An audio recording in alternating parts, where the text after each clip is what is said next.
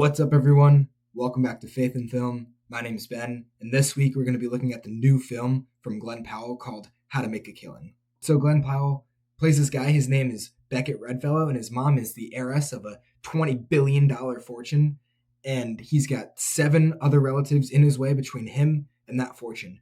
But his mom makes a choice that causes her to become estranged to the family, and she goes off and lives in a completely different state and gets raised by her to want to inherit this fortune, to live as though he already has his fortune, but she has none of the money at all. And he's being raised in a way that a rich parent would raise their child. But again, they don't have the money. So what she tells him is that live your life and get to the place that you want to be. You're able to live as though you've already had it the entire time. And one really interesting aspect of this movie is that it's a frame story. Beckett's in his prison cell. Don't worry, that's not a spoiler. You'll know this in the first 5 seconds of the movie. And he's talking to this priest about how he got here. And the entire time, it's him narrating his story. It's very much like Frankenstein, if you've ever read or watched the movie. But wait, before we go any further into this analysis and review, I need you guys to stop, subscribe to the channel, like the video, and ring the notification bell before we go any further. I know that more than half of you guys aren't subscribed to the channel and you're still watching the videos, so go ahead and subscribe right now. It takes 2 seconds, it's free to do, and by subscribing you'll help me spread the message of Jesus Christ with all of these reviews. So go ahead, stop what you're doing, click the subscribe button, and ring the notification bell and like this video. That's all you have to do. Alright, back to the review. Beckett eventually runs into one of his childhood best friends at a suit store that he's working at, and she says, "Hey, do you know about this fortune that you inherit? Well, it's still out there. I guess you just gotta kill everybody." And she makes some sort of offhand comment, and then he goes, "Wait, I should kill them to get the money? Why haven't I thought of this before?" It's this dark comedy of him trying to figure out how to kill the people, how to get away with it, how to undermine the institutions that he's already built up in his mind, the person that he's become, in order to get this money. Beckett has to figure out how he's going to kill these people, right? And some of them are kind of out and spacey and kind of very easy to off in a sense. And the first person that he offs is one of his cousins, and he's able to kind of just fall into it and have the guy drown under mysterious circumstances, right? But eventually he gets better and better at offing all of his family, and everyone starts to realize, wait, you are the only person that's not being killed and everybody else is being killed. What's going on? And the FBI launches an investigation into him, but they're not able to figure anything out, except his childhood best friend knows what's going on. And so it's important to pay attention to her. So while you're watching the movie, you're always wondering, okay, how did he get here? He even says it himself, this story is a tragedy. So you're always looking out for, okay, where's the plot going to twist? Where's it going to turn? Because everything's going well for him so far, but as the audience member, do we really want to root for somebody who's murdering and killing their family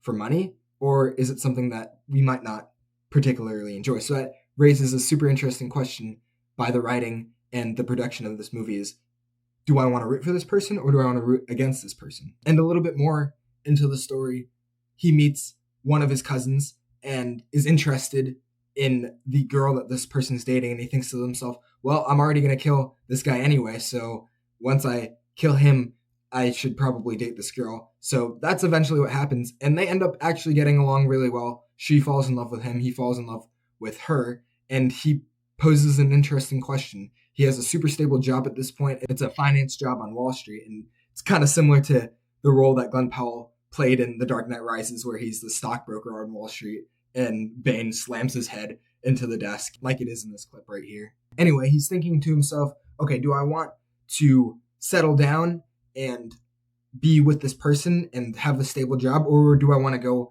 after this money? And we know that the love of money is the root of all evil, so we know that he's going to take the road that we shouldn't take, and that's killing all of his family members to get this money. And it's interesting that this happens because the guy that he's working for is actually his uncle, who is one of the surviving heirs, but he has struck this great relationship with him. Something happens to him, and Beckett has nothing to do with it. But as he's telling him this story, he tells Beckett, look, money does not make you happy.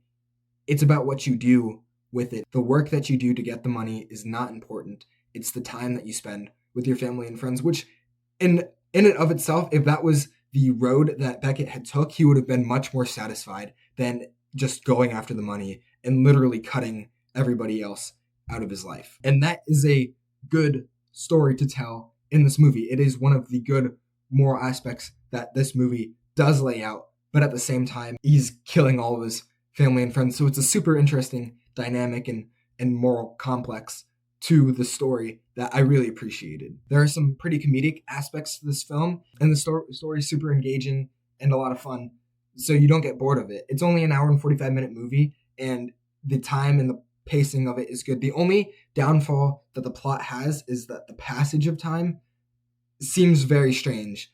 It seems like a week goes by in the story, but they actually say that it's a year, and so you have to remind yourself that way more time is passing than we, the audience, perceives that it is. But other than that, this is a really good movie. It's definitely one of the better movies that I've reviewed this year. It might even be the best movie that I've reviewed this year, even though the subject matter is kind of like a dark comedy or a dark story. Also, some of the cameos in this movie are completely out of left field, but I absolutely loved it. Gabe from The Office is in this movie, and he plays this really odd, artsy kind of guy who goes off and does his own thing. That's the cousin that was originally dating Beckett's future love interest. And I thought that was absolutely hilarious because he does a fantastic job, and I haven't seen him in anything other than The Office. Okay, so how the heck does Jesus have anything to do with this movie?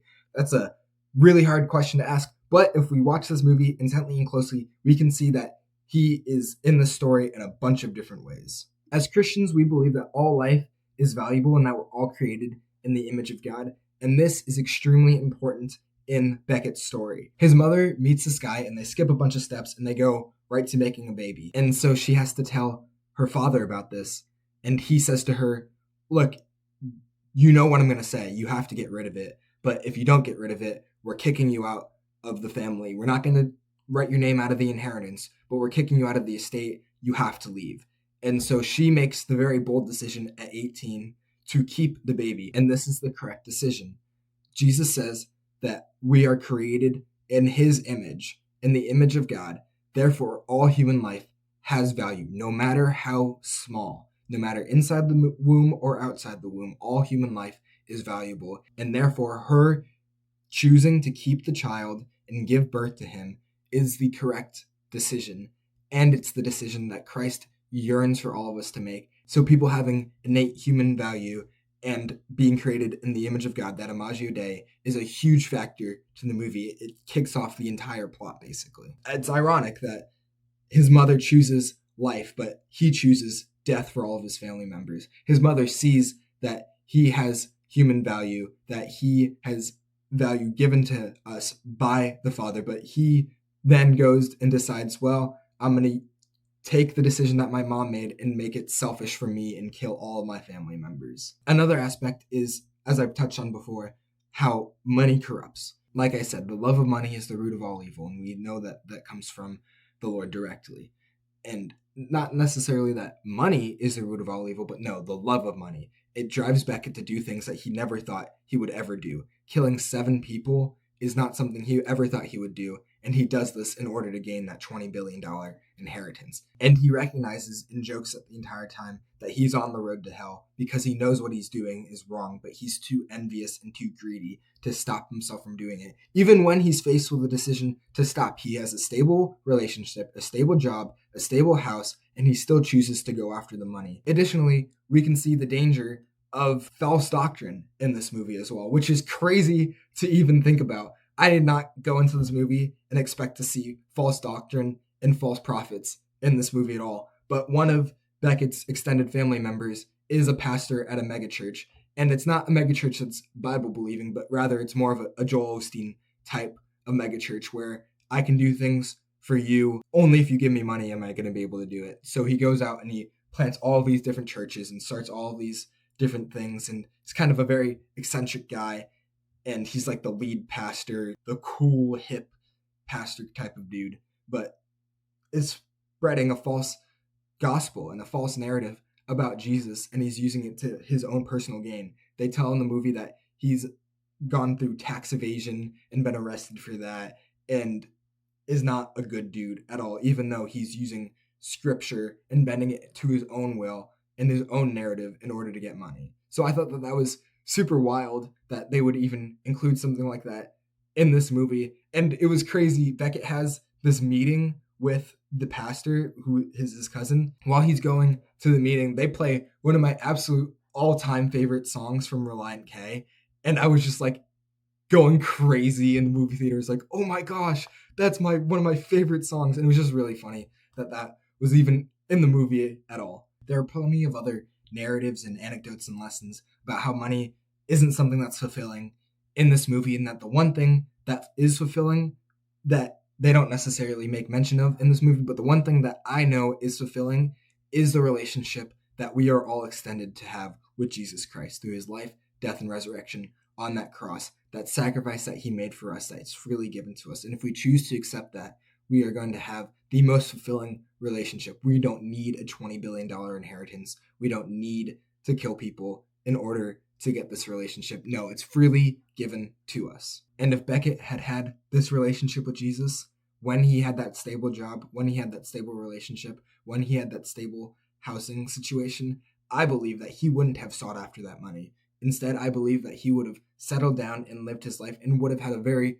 fulfilling and successful life and relationship with his wife and a relationship with Jesus and his future children. But he chose to go down a path that leads straight to hell. All right, guys, that's everything that I have for you except for the closing statements of like the video, subscribe, and ring the notification bell. It's super free. It'll take 2 seconds at max. Just go ahead and do that right now. Do yourself a favor so you never miss one of these videos again, and you'll never miss a Classic Movie Monday that we have every single Monday now. So if you want to see those and you want to see these types of videos, please subscribe. Please do that. Also, go ahead and throw down in the comments your favorite movie Glen Powell's been in.